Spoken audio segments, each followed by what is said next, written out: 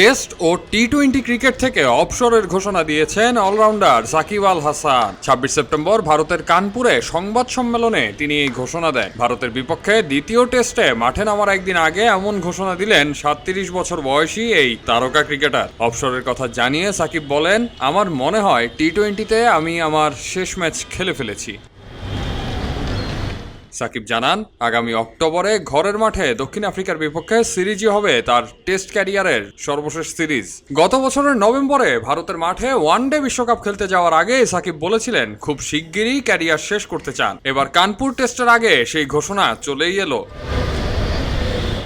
২০০৭ সালে চট্টগ্রামে ভারতের বিপক্ষে অভিষেক টেস্ট খেলা সাকিব বর্তমানে অবস্থান করছেন ক্যারিয়ারের গোধূলি লগ্নে। চেন্নাই টেস্টে গড়েছেন দেশের হয়ে সবচেয়ে বেশি বয়সে টেস্ট খেলার রেকর্ড। শুধু কি তাই, এই ফরম্যাটে সাকিবের আছে বহু কীর্তি। বাংলাদেশের হয়ে মুশফিকুর রহিমের ৯১ টেস্টের পর দ্বিতীয় সর্বোচ্চ ৭০টি টেস্ট খেলেছেন সাকিব। এই ফরম্যাটে তার রান ৪৬০০, যেখানে ৫টি সেঞ্চুরি রয়েছে। সর্বোচ্চ ইনিংস ২১৭ রানের। এর বাইরে বল হাতে ২৪২ উইকেট শিকার করেছেন সাকিব। ১৯ বার শিকার করেছেন ৫ উইকেট।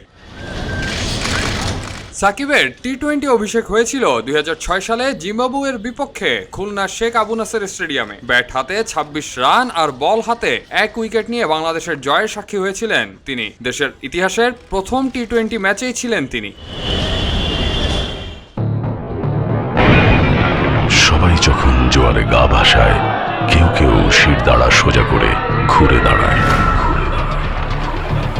সময় যেখানে প্রতিনিয়ত হার মেনে নিতে শেখায়, কেউ কেউ চ্যালেঞ্জ ছুড়ে দেয়।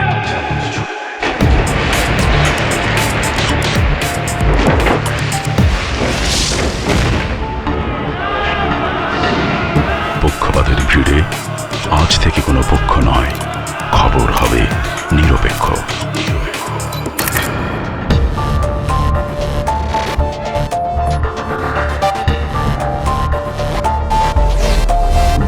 তথ্যবাদ, খবর হবে নিখাদ।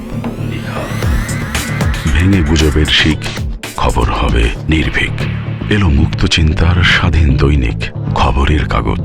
এখন খবর হবে নিখাদ, নির্ভীক, নিরপেক্ষ।